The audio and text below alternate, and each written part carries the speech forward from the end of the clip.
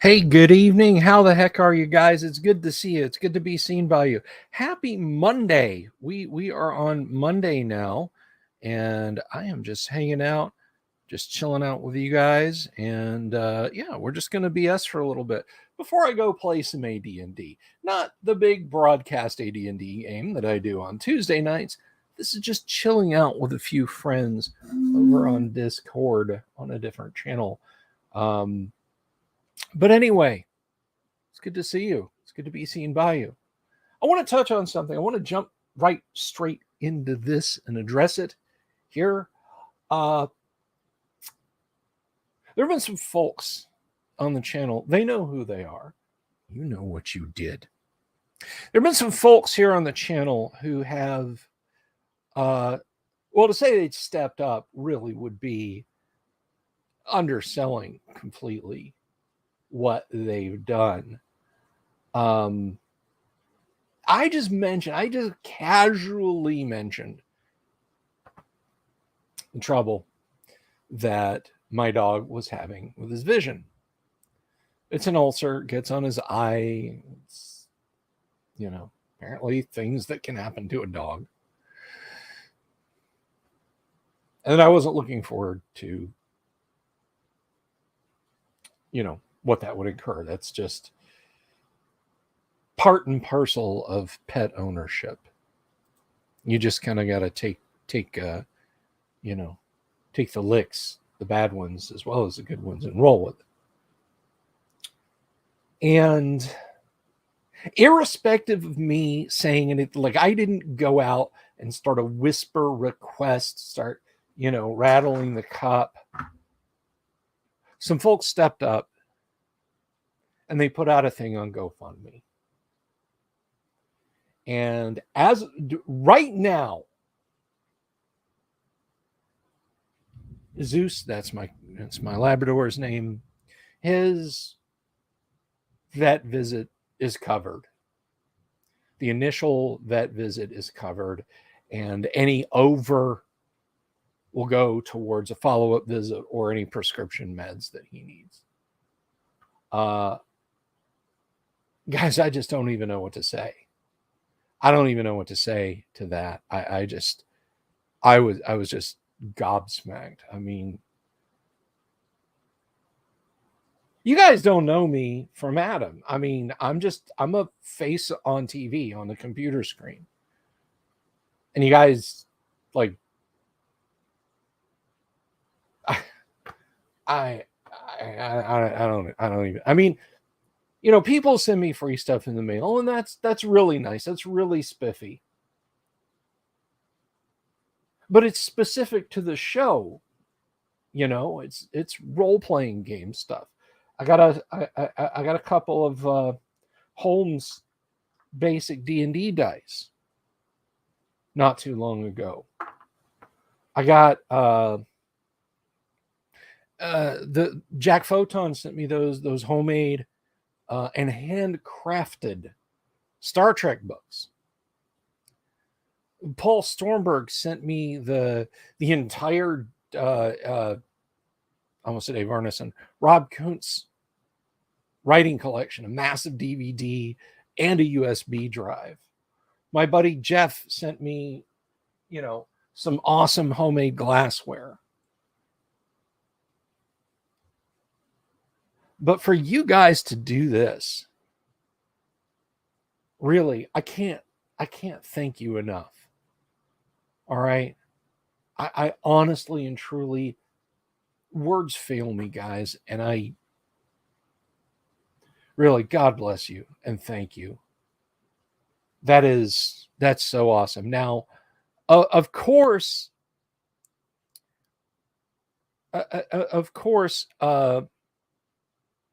it wouldn't be me without something getting screwed up along the way. It wouldn't be me without an externality where I saw something good and awesome coming, something out of my control just does a Thanos snap and says, "Oh no, I'm just, you thought you had something good. You thought you had something nice. You didn't do anything wrong. But fate, I'm just going to intervene and just take it back. So GoFundMe steps up and says, we don't like this. We think this is a scam, or perhaps a scamola.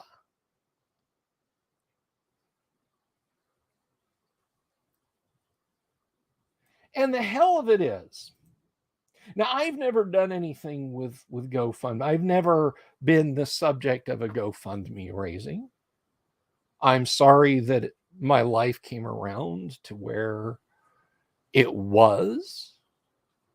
I'd like to be able to just say, so then I took out my American Express Black Card.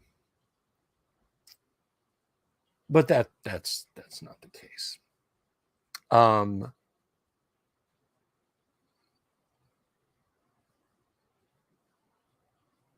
GoFundMe stepped in the middle. Now the individuals that set this up, and if they message me and say, yeah, say it was me, I'll do it. If they don't, I won't. Sent me the info of like, here's how you go to GoFundMe, and here's how you download the fund. You transfer this money from them to you. You put it from them into your hand. And I said, you know what? I'm going to do the smart thing. I'm going to wait until like Thursday night because his appointment's on Friday. I'm going to wait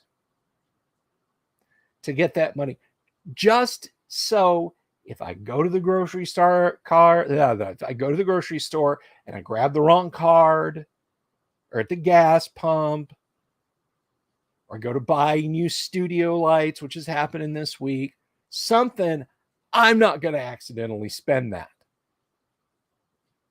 So I'll just let it mellow. More the fool me. Because over the weekend, GoFundMe stepped up.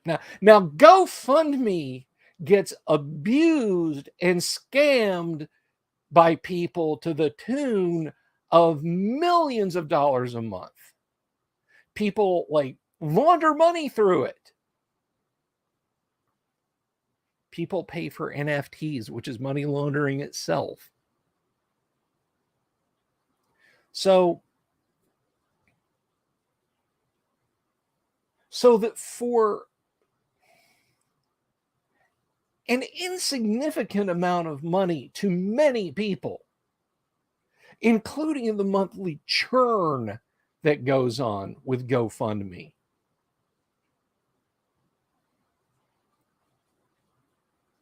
to say, oh yeah, no, dude, this, you can't do this. This is a ripoff, is mind-boggling. Okay, to quote the warrior poet, it just blows my mind. You have people set up bail funds for violent criminals to the tune of hundreds of thousands of dollars. That's just one abuse of your system. GoFundMe. So GFM turned into GFY for me this weekend. So the folks promulgating this GoFundMe contacted the handful of folks who donated, and they immediately turned around and said, well, we'll just give it to you on PayPal. And they did that. Now, I have my own problems with PayPal, but at least the money is right there. So it astounds me that some pinhead at GFY could be bothered this weekend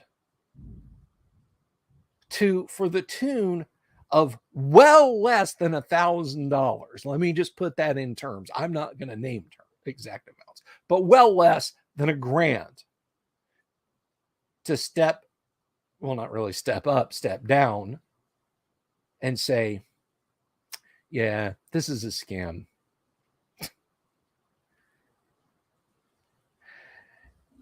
Anyway, it worked out fine. The visit is covered and then some. And I hope the people that donated to the GoFundMe and then had to turn right around, because let me let you in a little secret. I used to work in electronic funds. That bullshit where they say this could take up to 3 to 5 business days to process your return is just that. It's bullshit. A PBF, a positive balance file, can be updated in no more than 2 hours. 2 hours. Not 2 days, not 3 days, not 5 days. 2 hours, a PBF will update. But if that money sits in a bank somewhere, sits in Visa processing, it's earning interest for somebody. Oh, you'll get your $100 back from GFY, but they'll scrape a few extra cents off of it. They'll earn interest on it. They will, in 3 to 5 days, loan your money out, make interest on it, and then pay you back. Your money will be used to make them money before they return your money to you.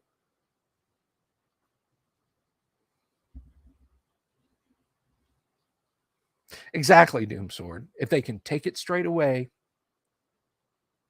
why can't they give it right back?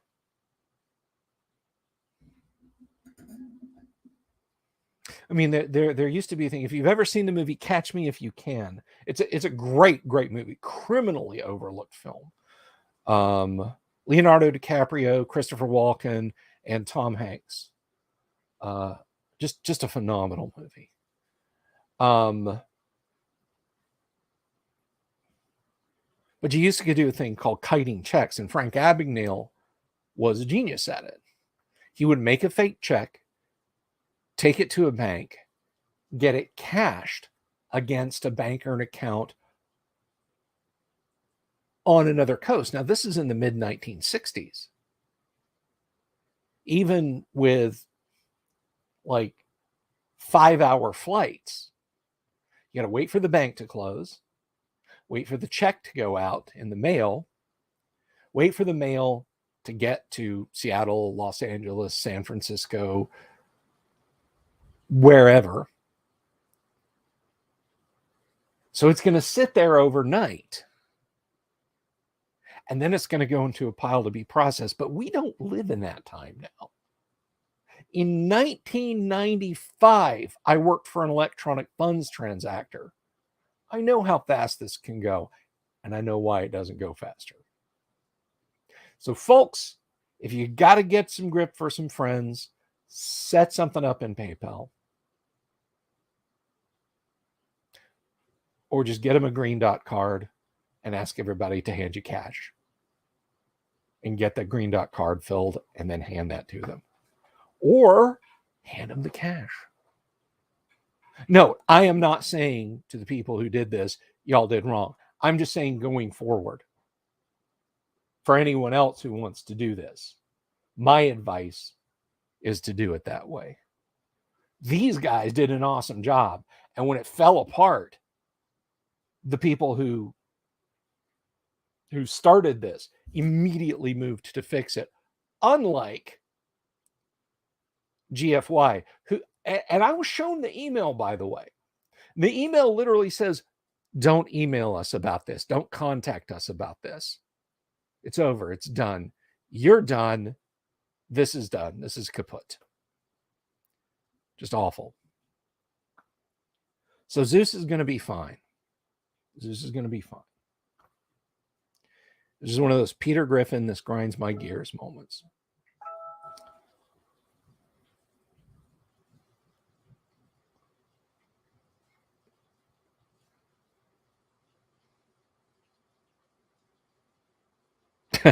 Luther says the world we live in is beyond just corrupt.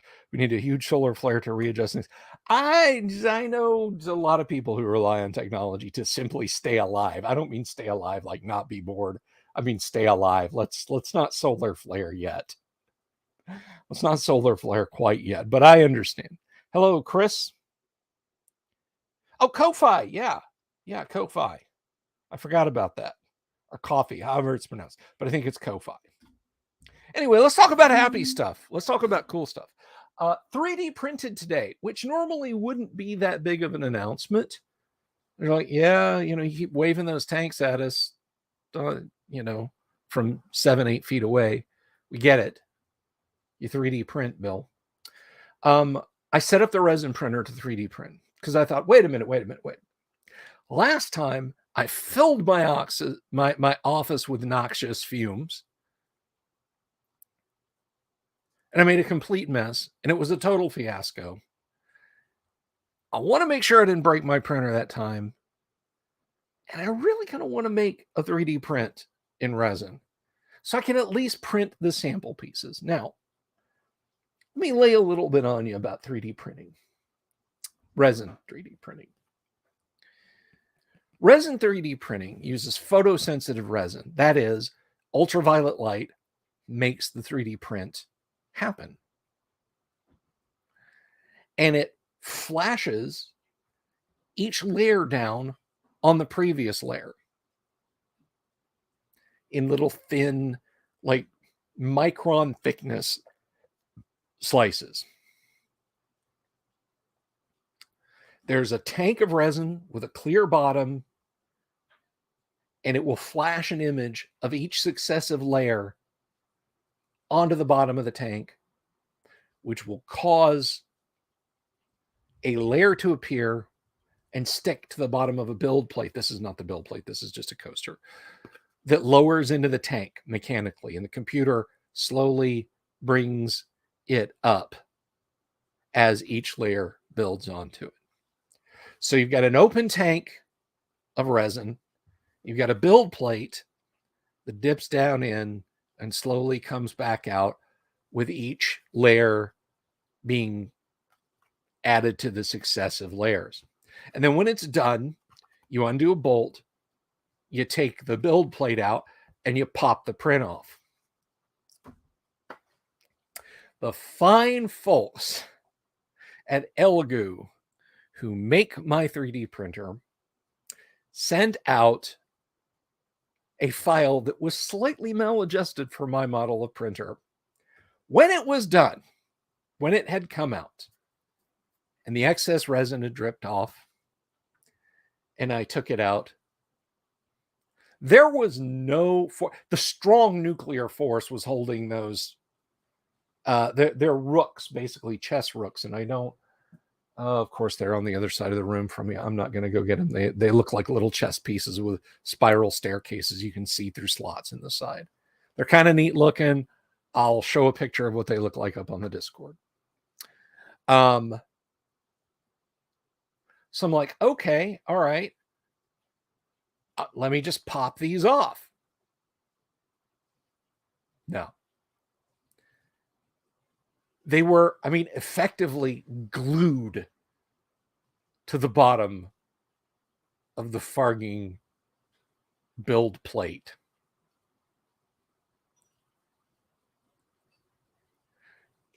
I tried to just pop it because it's solid. It's solid enough. It hasn't gone through the UV light that firms it up, that dries it out some. So I should just be able to grab them and pop it off. I broke them in half. So I'm sitting there with pieces, half of a chess piece in my hand, finely detailed, printed in a way that, like, my FDM printer, which is awesome, by the way, don't you break on me, could not dream of doing. And I couldn't help but think, this is literally life saying task has failed successfully.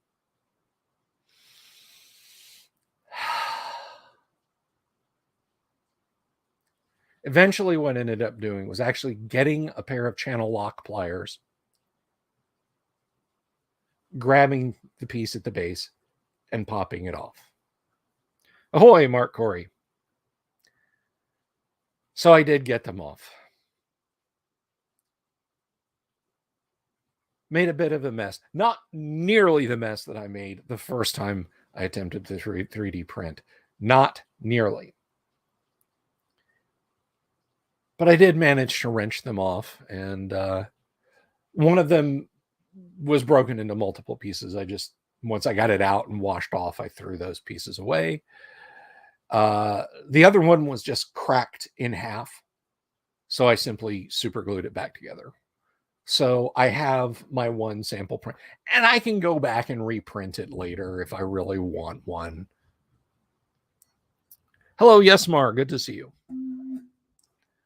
So remember what I said about the fumes? Yeah, no, they didn't get better. Had my office window open over here next to Darth, just on the other side of Darth.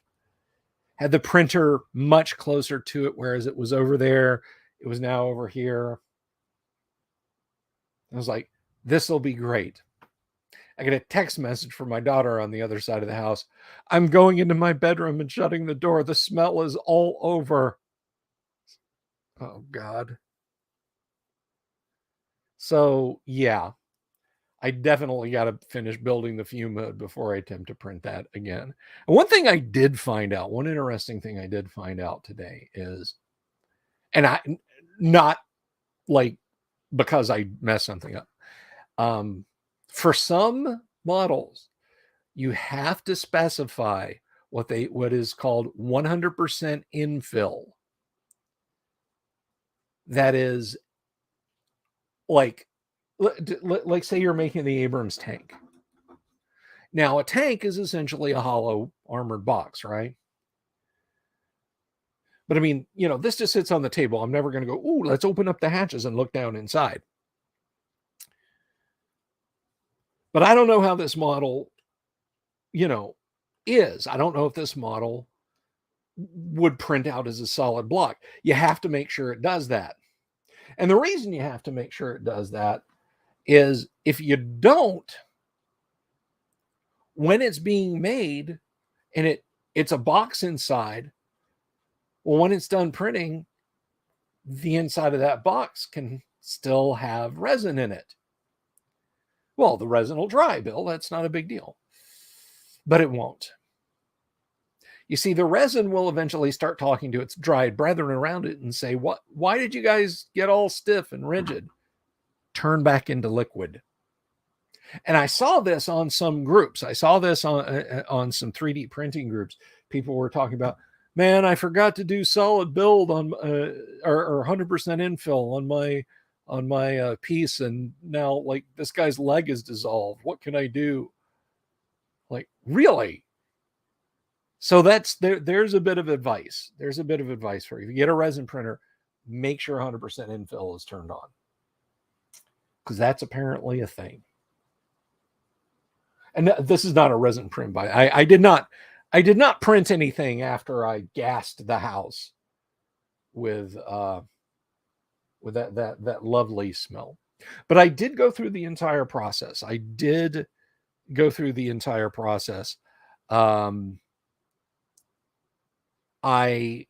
printed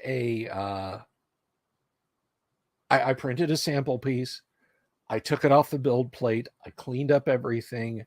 I put the pieces in a water wash because it's water washable resin, and I swished it around for a good long while. And then I took the pieces and put them in the curing light and ran it for 6 minutes to get maximum buildiness out of it. And then once they were done, I used some super glue to glue together the one piece that I could and toss the other one out. So Luther says, chess pieces, we need bugbears and were-rats like the ones Raul Partha in the 80s. That it's coming. It's come. Just relax. Monsters are coming. I have so when it comes to miniatures and art, the Umber Hulk is hands down one of the most poorly done pieces of D&D art ever. And the reason why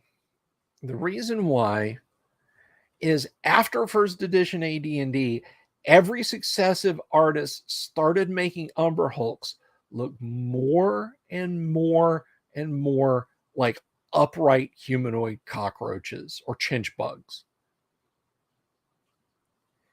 And I never understood why. I like the idea of these squat in build. They're like 8.5 feet tall. But these squat, built, muscular,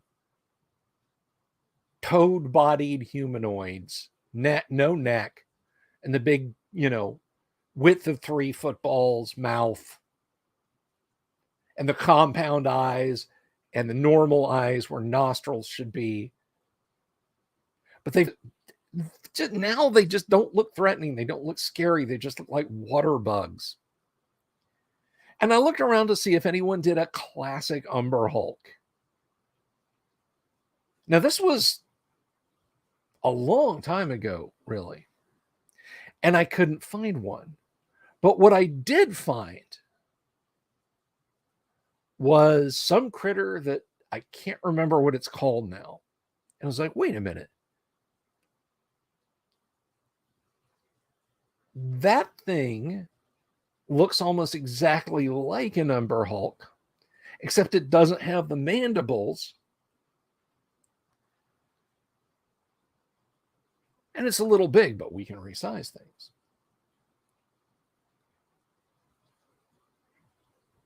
So I downloaded, like, somebody had a chinch bug, like a beetle with big mandibles that you could download and 3D print, probably for teachers or something like that. So I downloaded it. I went into 3D Builder. I chopped the mandibles off. I threw the rest of the bug away. I loaded in that monster critter. I kind of scaled him. I stuck the mandibles on his face. Lo and behold, it looks like a classic AD&D Umber Hulk.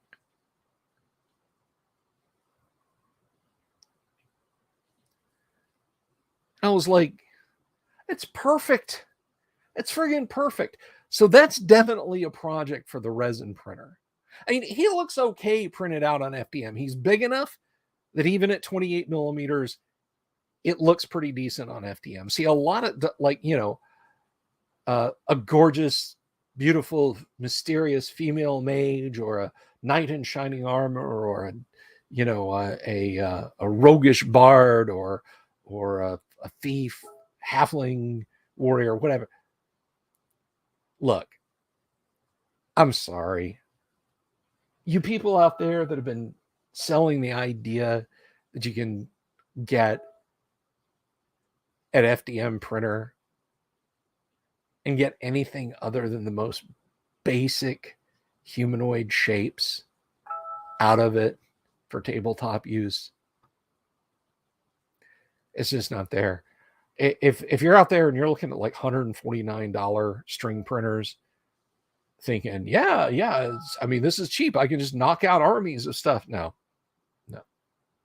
Even basic, cheap, and nasty, like, don't care about detail, whatever, it can't do. The best I was able to get, and I mean, an Umber Hulk compare next to a person is still like this tall in 28 millimeter. They're big. They're really big. So the coarse details, they don't matter so much. The little tiny, like fighting men and highly detailed people and that sort of, you're just not going to get them out of a filament printer. You're not. And I've said that time and again. If you want that kind of detail, and it's not just for fantasy, for science fiction or whatever, you've got to have a resin printer. But I'll print up some of those classic Umber Hulks once I get them done, and I'll show you guys.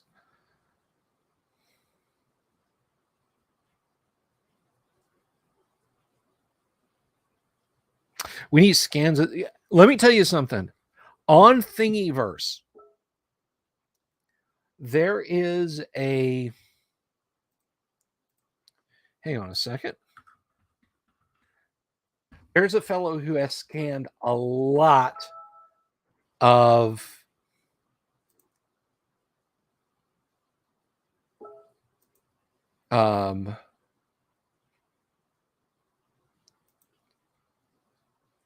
there's a lot of classic Grenadier minis that this guy has used, some photogrammetry software, an iPhone, and a little turntable that he 3D printed, and he scanned a whole bunch of classic Grenadier minis. Some of them look really good. Some of them you can't tell what they are.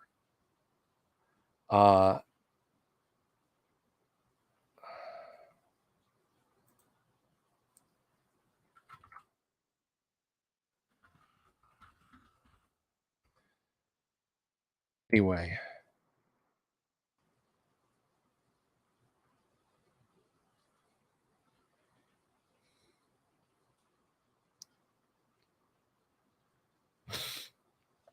Anyway, so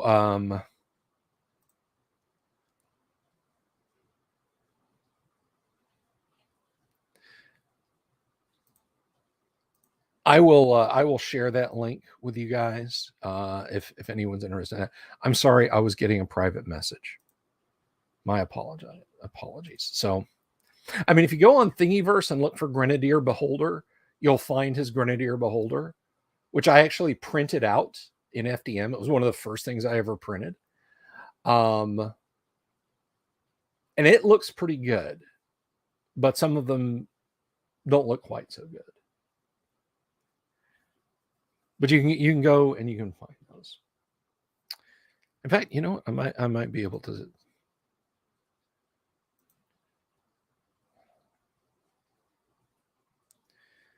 Let's see.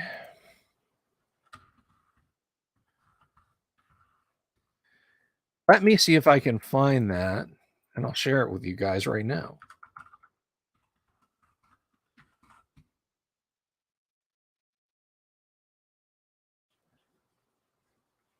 So here's the Beholder.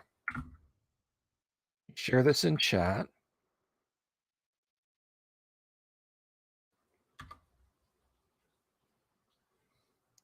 So you can go there and you can check that out.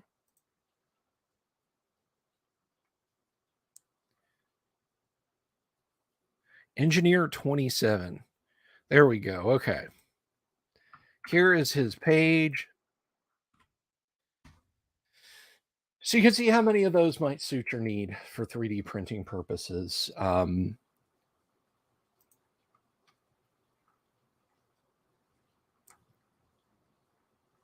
might try my hand at some of his stuff in resin to see how it holds up, but we'll have to see.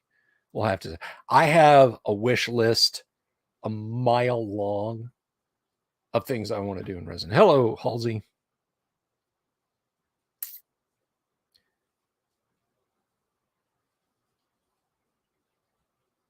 That is a Beholder directly above my head on the shelf. That is my buddy Jeff. That is paper mache.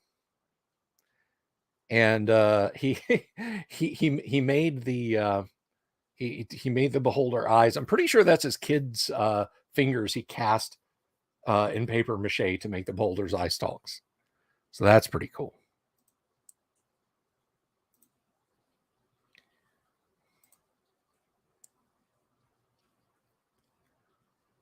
So somebody said, need to have a floating shelf behind you and line those new minis you print displayed.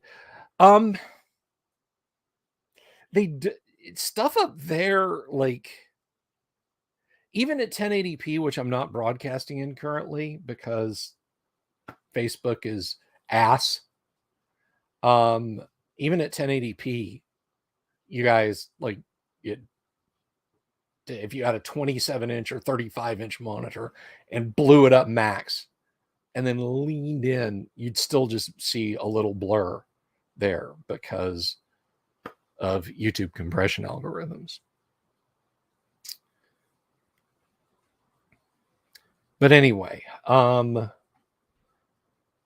that's the fun and travails I've had with 3D printing. I've started printing Eastern Bloc vehicles, which I mentioned this on the Twilight 2000 group. I may do another Twilight 2000 demo, and hopefully, I'll have my vehicles, my Abrams tank, and all the other bits of hardware painted up. I don't know, maybe it's petty and maybe you want to pick me out for slacktivism and not really knowing what's going on and everything else. But until or unless the situation over in that part of the world changes, if you guys see me paint them up any Op4 colors, I'll paint them up in Ukrainian army colors.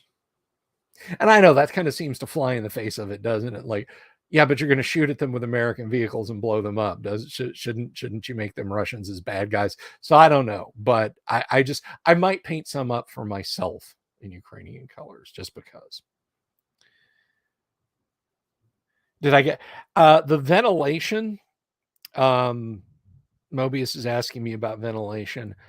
The ventilation, I basically before she barricaded herself in her bedroom, my daughter like threw it because I was back here. I was monitoring the process and not my text messages until afterwards. She was like throwing open every window in the house. Now, Boganora has the same printer that I do. He prints on his stove. He sets the printer on his stove. It's a flat, stable space, and his hood vents to the outside. So he just turns that on, and it's literally sucking air up and venting it outside. I'm working on a fume hood to do my venting with. Thank you, Jack. Thank you. Appreciate it. So yeah, I've got a fume hood. I can't reach anything. Not without having to dip completely out of shot. But I have what I'm doing. I can show you guys is I have this. Can I get that? Can you just no? Okay, all right. I have this foam board, and I'm going to build a box that's like 3 inches in every dimension, bigger than the printer. Including a lid, hot glue it together. But I had PC case fans that will run with an adapter, will run off of a USB connection, which I can then plug into a wall outlet that has USB.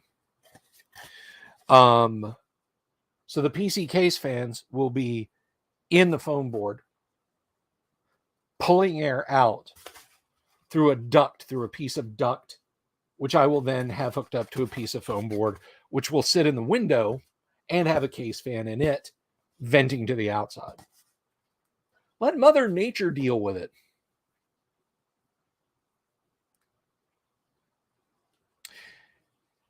Luther, if this were just a case of getting our information from CNN and the newspaper and the 3 majors or 4 majors, I would agree with you. If you know where to look, there's information coming from there. There's information coming from people who are there. And yeah, there's a lot of, hey guys, that's the Sam Hyde meme. That's not actually, the ghost of Kiev. The ghost of Kiev was bullshit anyway. I knew it was bullshit when I heard it. All right. There's no mystery Ukrainian MiG-29 pilot who's shot down 10 or 12 or 14 or 6 or 5, depending on who you ask, Russian fighter jets. Oh, speaking of Russians, that's probably Chinese.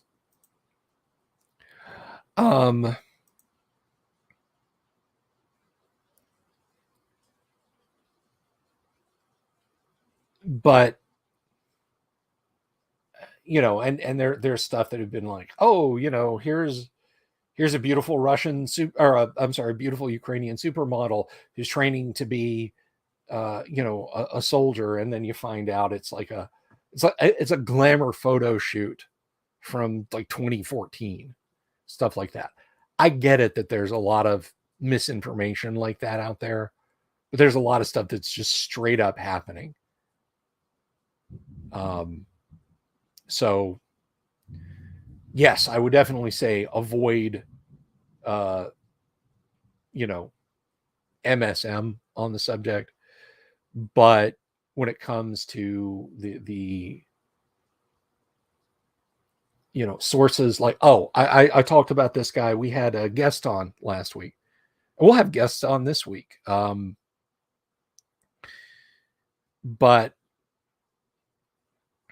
there goes my other studio light. Great. I now have that Innsmouth look down pat because I have a single yellow bulb above.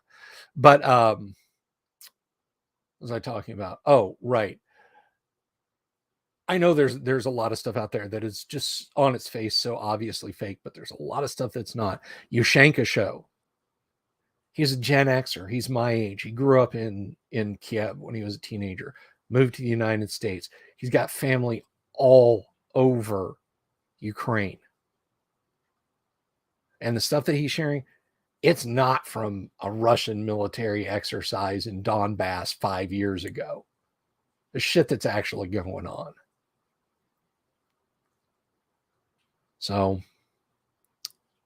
but look, I you know what?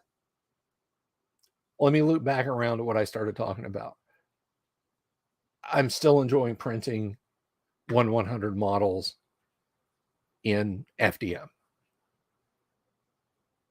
I had one misprint last night that got screwed up when I was trying to get supports off of it. But when I reprinted it with tree supports, it came out crispy and lovely. It's a BTR-80, which is a wheeled Russian armored personnel carrier, and it's very cool looking. And I plan on printing up lots more. And one day I'll have a shootout on the tabletop and share it with you guys once I get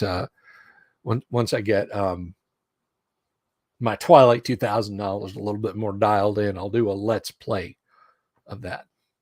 So let's talk about other things. Let's move on to other things. I mentioned having Mike on last week. Mike writing his Cold War story, which is yeah.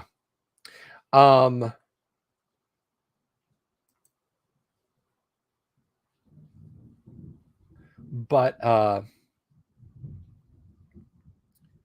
we got guests coming this week. Yes, we do. Wednesday night, we will be joined by Servant of Shiloh, RPG Elite himself will be here on Wednesday evening. I'm looking forward to that. I hope you guys are looking forward to that. We're going to talk about role-playing game stuff. And then, because I like having guests on, Thursday night, I will have Tracy Lesh in the house. That's right. Tracy's going to be here. I'm really looking forward to that. That's going to be super cool. Haven't talked to Tracy in a long time. It was just his birthday recently. So happy birthday, Tracy. So,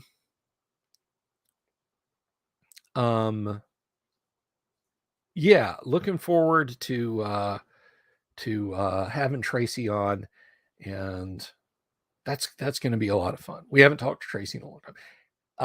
RPG Elite, Servant of Shiloh, that's going to be awesome. So we got 2 guest shots coming up. Tomorrow night, we're going to live stream some AD&D for you folks and take any of your questions about gameplay, about how we play. If you just want to watch us play, that'll be awesome. We can do that. So that's Tuesday night, Wednesday, Thursday guests, and then Friday night. We left on a cliffhanger last week. Friday night, we'll jump straight back in to Gamma World. I know you guys are looking. Who is Tracy? Luther Calhoun asked who Tracy is. Well, Tracy Lesh did this painting behind me, which on its own would be awesome enough. On its own, that would be a very cool thing. But Tracy Lesh is one of the founding employees of TSR from back in the day. Yes, Tracy worked at TSR back in the 1970s, and he did art for TSR. He did some of the most iconic art. Like, the Mind Flayer looks like the Mind Flayer because of Tracy. Tracy designed the Mind Flayer. The visual look for the Mind Flayer is all Tracy's. The Roper, all Tracy's. All the art in the very, very first version of Boot Hill, which was AD&D like, that's all Tracy's. And he done other ones. He's done other RPG products too. It came from the Late Late Show, and I believe he did write some of the adventures in it. Came from the Late Late Show. That's the fraction of the awesomeness that is Tracy. And we're going to talk about how he worked a little bit for Marvel and met Stan Lee and his book. Oh yeah, he's a writer. He's a writer. And we're gonna talk to him. Did he borrow from Cthulhu? So Gary basically told Tracy, and we'll let Tracy explain all this, but Gary basically gave Tracy an idea of how it wanted to be. If Gary borrowed from Cthulhu, then probably, or Gary did probably borrow from Lovecraft's Cthulhu, but he also may have read Brian Lumley's The Burrowers Beneath. The Mind Flayers look a little bit like that. You know what? Let's see.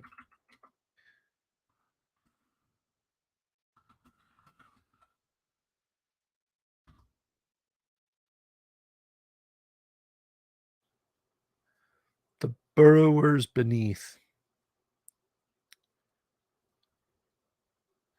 So that came out in 75. We got the Mind Flayers right around that. So it may have been a little bit of influence. Gary may have snapped that up looking for his Lovecraft fix at the time.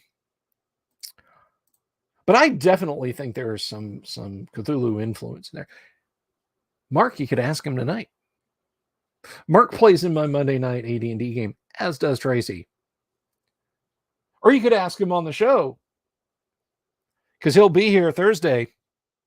So Tracy Lesh, Thursday, Servant of Shiloh, Wednesday, Gamma World, Friday, AD&D tomorrow. Oh, and by the way, Kyle Schumont will be in the house this week also. My right-hand man, my agent from Australia, my operator from down under, Kyle Schumont, will also be here. Because honestly, the show's only half a show without the guy, right? Am I right? Having Kyle on is just awesome, and I love it. So I'm looking forward to that. I was I got to share something with you guys. This is just there's a guest that I'd like to have on the show, and I want some feedback from you guys. I want some feedback from you guys about this. There's a guest I'm thinking about inviting on the show who's a really funny guy. He's got his own YouTube channel. I like him a lot. I don't want to spill the beans yet. So I don't want you guys to rush over there and like raid his comments and be like, oh, you gotta be hello, quick save. Oh, you gotta go be on Bill's show. But in the brouhaha that has come up around this travesty, this Lord of the Rings travesty that they're trying to foist off on us. Because I was watching a lot of videos about people reacting to that shit that Amazon is trying to push forward. And he's made some comments about it because he's worked in television as a comedy TV show producer. He does other things now. But I made a comment on one of his videos. And I said, basically, I just said, as a guy with a little Dungeons and Dragons channel, I really appreciate your insight to this great video. Thank you. You've gotten a subscriber. And he responded. It's always nice to hear back from people when you make comments on their videos. So he responded and said that he had played some Dungeons and Dragons. Now, as it happens, only a couple of times. His jam were games like Zork, like the Infocom games, which I've discussed my love of those on the live stream before. So my question to you guys is, because I kind of reached out to him a little bit. I said, would you be interested in coming on the show and talking about, D&D and that sort of thing? I like to get the perspective of lots of different people, lots of different walks of life about D&D. I only ever played a couple of times, and Infocom games were more my thing, and he said, if you'd be interested in talking about Dungeons and Dragons, there's one thing I said is like, what if I kind of spun the stories that Gary has told me about how the D&D movie didn't happen under his helming, and then the subsequent ones, because you've worked in the business, is that something that would interest you? And his response was, maybe D&D is a comedy. And I thought, well, wait a second. Look at all the presentations of Dungeons and Dragons that have been on TV. Setting aside Stranger Things, they've all been through a comedy lens. Not necessarily making fun of classic D&D, but it's more just laughing at human foibles, that sort of thing, which is all, that's what sitcoms do, right?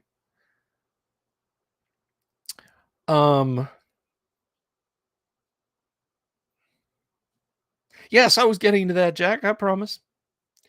But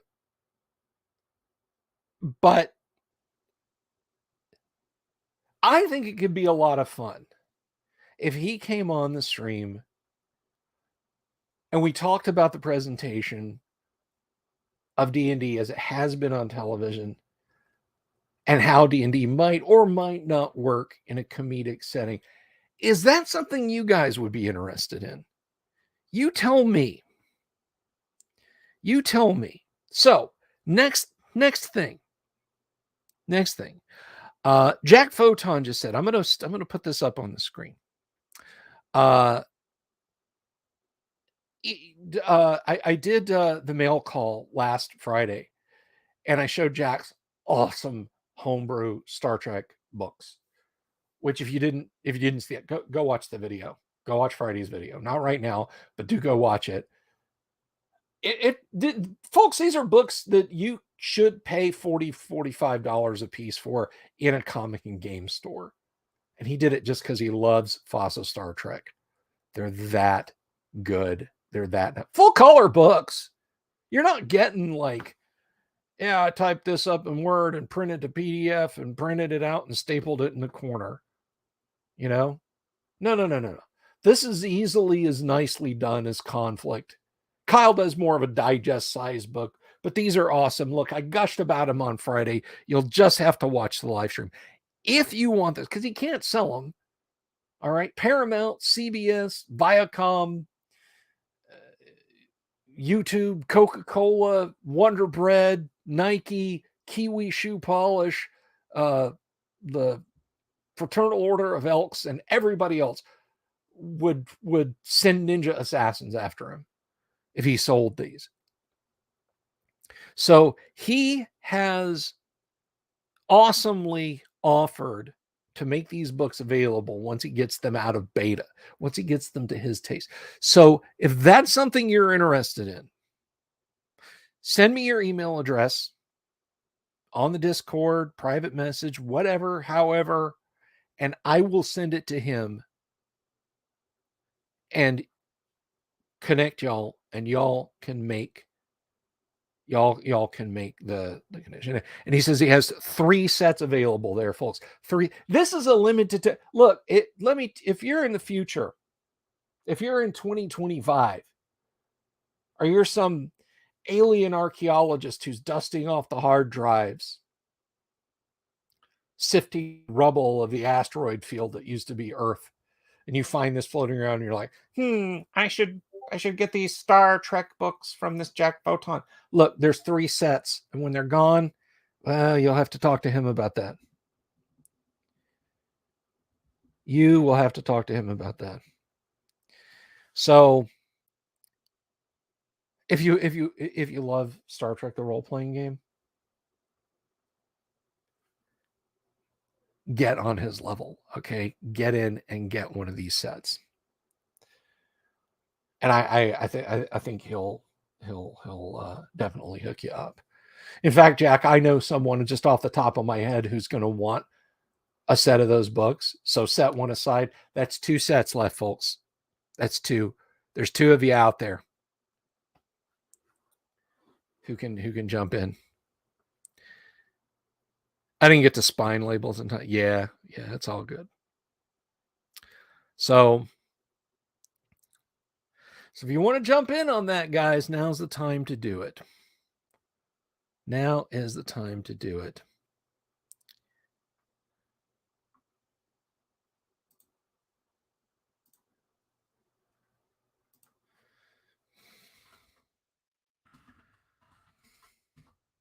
Yeah, Doomsword. I saw your message over on the Discord.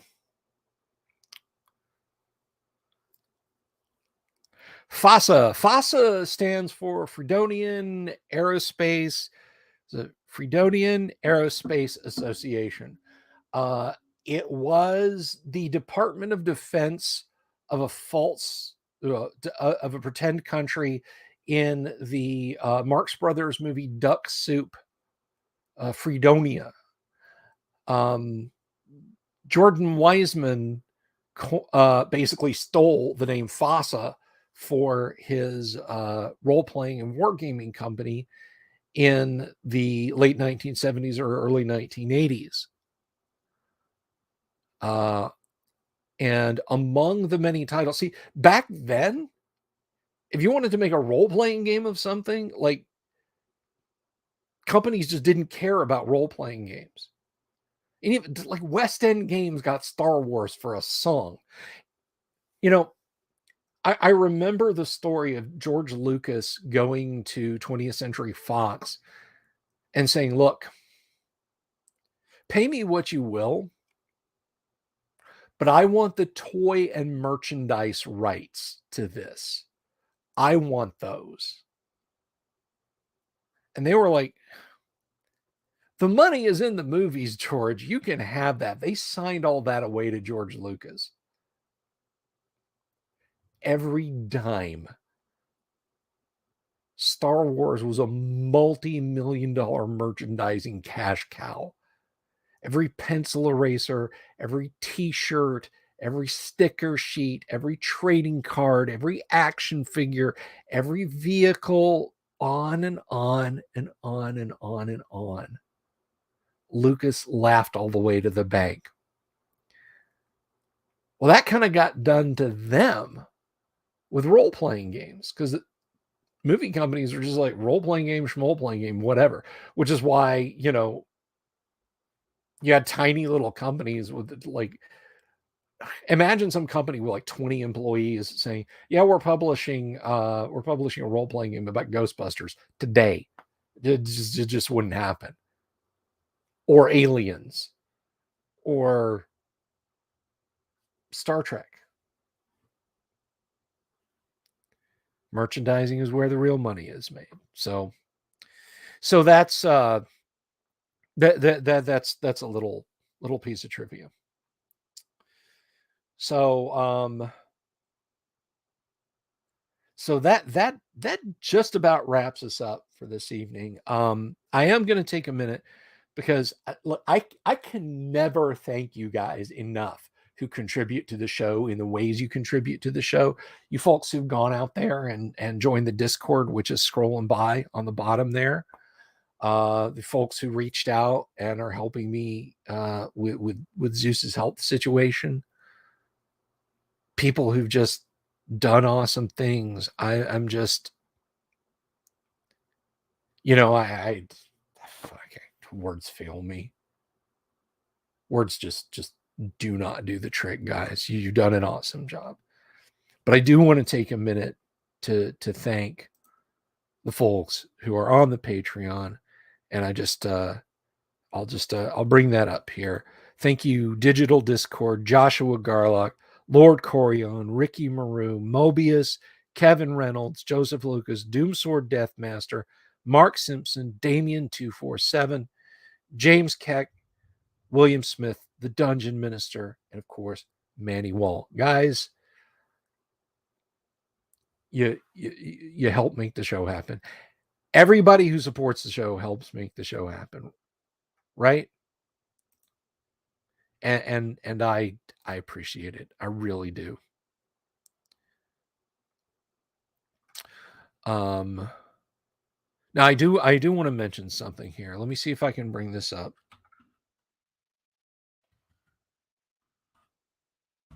Because we are currently sitting, I'm not sure.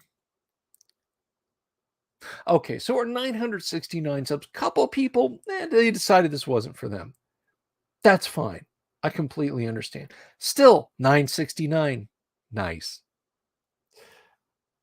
We're not that far, guys. All right, we're not that far. We're 31 subs away. Just 31 subs away from hitting 1,000. And if you're new to the channel, if you're just stopping by, if you're like, oh, what 969 plus 31, that's 1,000. What happens when you get 1,000 subs? When we get 1,000 subs, we are going to launch the announcement, the Great Underground Online Gaming Convention. What does all that mean? I will host a virtual tabletop con for you guys to celebrate this channel reaching 1,000 subs. So go tell your friends, go tell your neighbors, go tell anybody who likes quality old school RPG talk, let's plays, guests who want to talk about it. Tell them to come on board. Hit that subscribe button, hit that bell icon for notifications. Like the videos they watch. Dislike them if you don't watch them. I get it. I understand. Because, hey, I can't get better if you don't tell me why you don't like it. Right? Right. So, Doom sort of says, I have 3 for you, but I've been too selfish to share the channel. I'll work on that. That's fine, man. So yeah, you guys have been spreading the word. We're close. We're close. Keep spreading the word.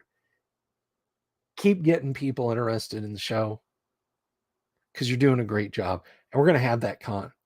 I predict by the end of April, we could have this con. That's not a long time, but that's not that far off. I'll run games. I'll run original Dungeons and Dragons, Advanced Dungeons and Dragons, Twilight 2000, Call of Cthulhu. I'll run some Hero Quest, dungeon board game demos, Space Hulk demos. I will. What else will I do? I'll come in and or no, I won't come in. Kyle's going to run some games. I've got people that just like stepped up when I said, "Hey, I'm going to do this con." They're like, "Can I run a game?" Yes, absolutely, absolutely. So Paul Stormberg's going to run some games. My buddy Milhailo from Serbia is going to come in and run some DCC. Guys, it's going to be awesome. It's going to be awesome, and we're so close. We're so very close to hitting 1,000 subs. When this baby hits 1,000 subs, you're going to see some serious shit. All right, well, that's about it for me. I've got to get ready for some AD&D playing tonight. But you guys, you don't have to get ready for anything other than just get ready for another great show tomorrow. Some AD&D Let's Play live on the channel and more awesomeness. And you guys stay awesome. I'm going to dip out of here. Have a great Monday evening. Stay cool wherever you are. Where we're going, we don't need roads. That's right, baby. Take care of yourselves.